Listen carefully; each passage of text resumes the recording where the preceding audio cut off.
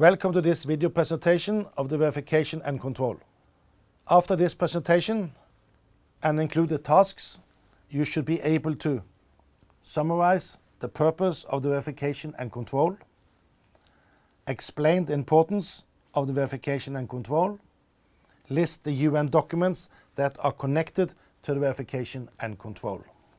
The purpose of the verification and control is to ensure that the troop or police contributors provided the capabilities agreed in the Memorandum of Understanding and meet the operational requirement of the mission. The United Nations Field Mission is responsible for the verification and control, included the verification report. The four important documents is the Memorandum of Understanding, the agreement between the United Nations and the troop contributor for participating in a United Nations mission. And the Memorandum of Understanding contains the detail regarding numbers of troops or police, the major equipment items, and the self-sustainment categories. The Statement of Unit Requirement contains the operational and logistic requirements for the military or police units in a United Nations mission.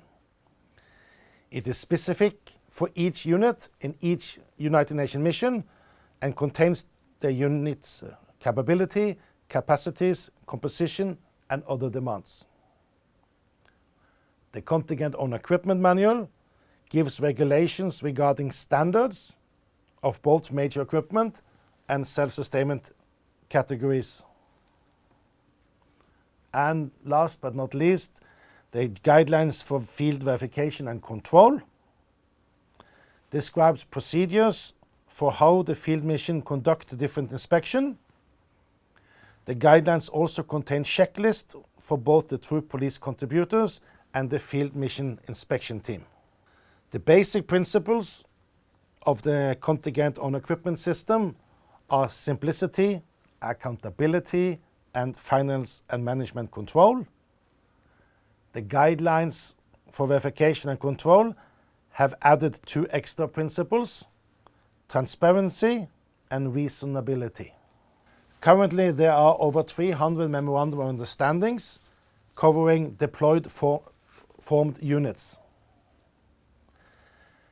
The Memorandum of Understanding represents annually approximately $3 billion in equipment, services, and troop or police costs. This is out of the total budget for United Nations peacekeeping operations of $7.2 billion. The member states has tasked the United Nations to conduct the field verification and control of the troop and police contributors' contingent on equipment inside all United Nations missions. The verification and control should include verify that the terms of the Memorandum of Understanding are met by both the United Nations and the troop and police contributor. Verify that the equipment is operational. Verify the capability of the self-sustainment categories. During the verification process, the troop and police contributors' deployed number of troops, major equipment, and self-sustainment categories are verified against the agreed Memorandum of Understanding, Annex A, B, and C, the required standard in the COE manual, and the operational requirements from the Statement of Unit Requirement. Please note that this is an equipment standard verification only and not an operation and performance inspection. The Contingent on Equipment Manual has required standards for all equipment and logistic self-sustainment categories. It is easy to relate to for both parties. We know what the requirement and the standard is. This will limit discussions and misunderstandings. The standards also make the verification and control process easy to conduct. The COE manual has listed as the standard, for example, a bed. If a unit brings only a sleeping bag, this will not fulfill the standards and there will be no reimbursement to the troop or police contributor. The police or troop contributor must fulfill the standards to be entitled to reimbursement. On the other hand, If the unit brings a bed which is much higher standard than the COE manual requires, the troop or police contributor is reimbursed for the bed, but only up to the UN standard. Quality above the United Nations standards will be for the troop or police contributor's own costs. Standards approved by the General Assembly as the member states and not the Secretariat. Equipment in this theatre must be in serviceable condition for use in its primary role. Vehicles painted with UN markings, ambulances also marked with the symbol that gives protection of the Geneva Convention. The COE manual has only capability or capacity standards for self-sustainment. All troop or police contributors have different cultures, solutions and equipment to satisfy the requirement of the individual self-sustainment categories. This makes the inspections difficult. There's also an economic aspect here. Some troop and police contributors has less money than others and therefore also choose different solutions. The United Nations inspection team must try to hide its own personal standards and requirements and use their judgment whether the contributors' solutions are reasonable and work well enough. This slide shows the different types of inspections that are normally used in the mission.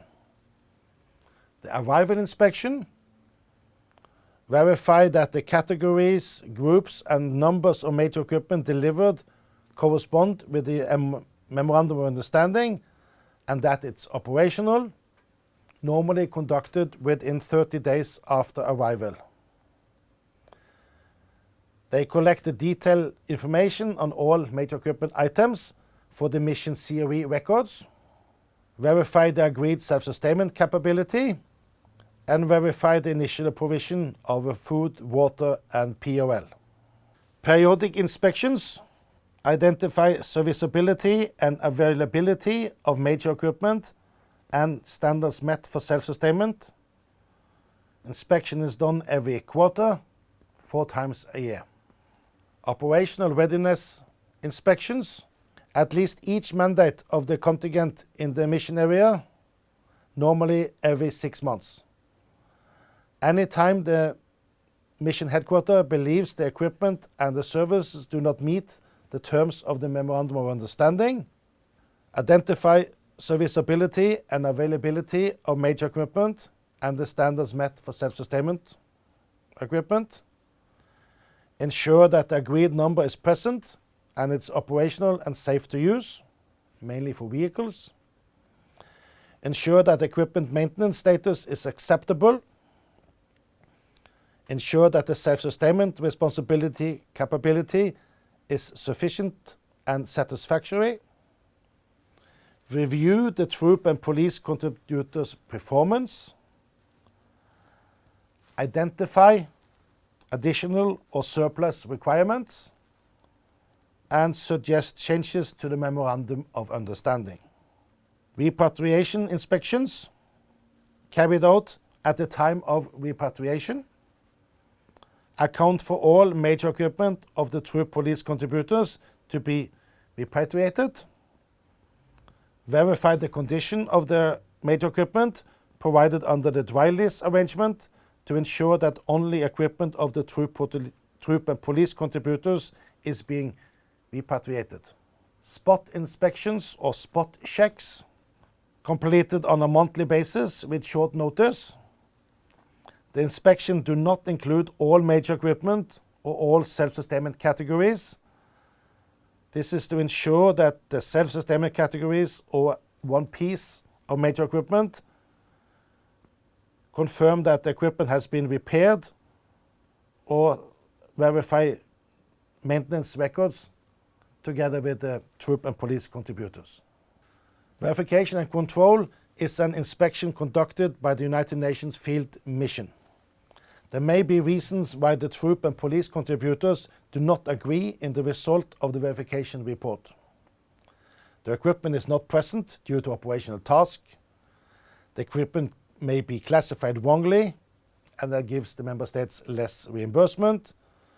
The self-sustainment categories were accepted last time, but not this time, etc. If the troop or police contributor and the United Nations inspection team cannot agree on the result or the report of the COE manual describes there are 3 levels of solving disputes. First level, the director mission support and the contingent commander will attempt to reach a negotiated settlement for the dispute. Second level, the Undersecretary General for the Department of Operational Support and representative of the permanent mission of the member state attempt to reach a negotiated settlement of the dispute. The third level, mediator appointed by the President of the International Court of Justice in Den Haag in the Netherlands. The Mission COE MOU Management Review Board is the senior management decision-making mechanism to ensure an integrated and systematically approach in existing COE and MOU management and control in the mission. It's established by the Director of Mission Support and composes of the Director of Mission Support, Deputy Force Commander and Deputy Police Commissioner, participants from the Mission Support Division organization, and the Contingent Commander or the Chief Logistic Officer representing the troop or police unit involved in the case discussed. The review board is to provide high-level, cross-functional guidance on the assessment of the COE and review periodically the capabilities of a contingent, their major and minor equipment holdings, and the self-sustainment capabilities needed to meet the operational requirement of the mission. The review board will review and provide missions inputs and recommendations to the Department of Peace Operations and Department of Operations Support regarding any COE policy issues, formations, amendments to the mission's MOUs, and actions requiring attention of police or troop contributors concerned at United Nations headquarters level. Even if the mission headquarters is responsible for planning the verification inspection, a lot of work will depend on the troop and police contributor. The mission COE section informs the equipment owner when they will arrive and what they want to inspect, and the equipment owner will prepare the equipment accordingly. Earlier we mentioned that the guidelines for verification and control had added 2 extra principles: transparency and reasonability.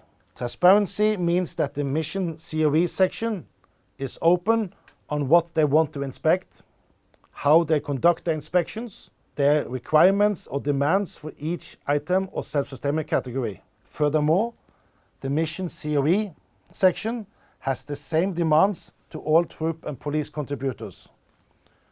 No member states get a special treatment. Reasonability means that the mission COE section looks at each individual fault or damage or defect and assesses whether this is enough to reject the main equipment.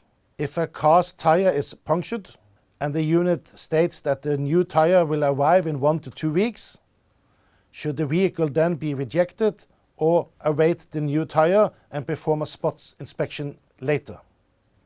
The mission United Nations COE section normally tries to help the unit by giving the time and to repair and upgrade the equipment. But regarding medical equipment and standards, the mission COE is strict and do not want to compromise on medical safety. We have in this presentation introduced you to the verification and control system. Key takeaway: the United Nations is responsible for verification of the member states' contingent-owned equipment several times a year. The guidelines for verification and control have copied the COE manual's principles and added 2 extra principles: transparency and reasonability. Thank you for following this presentation.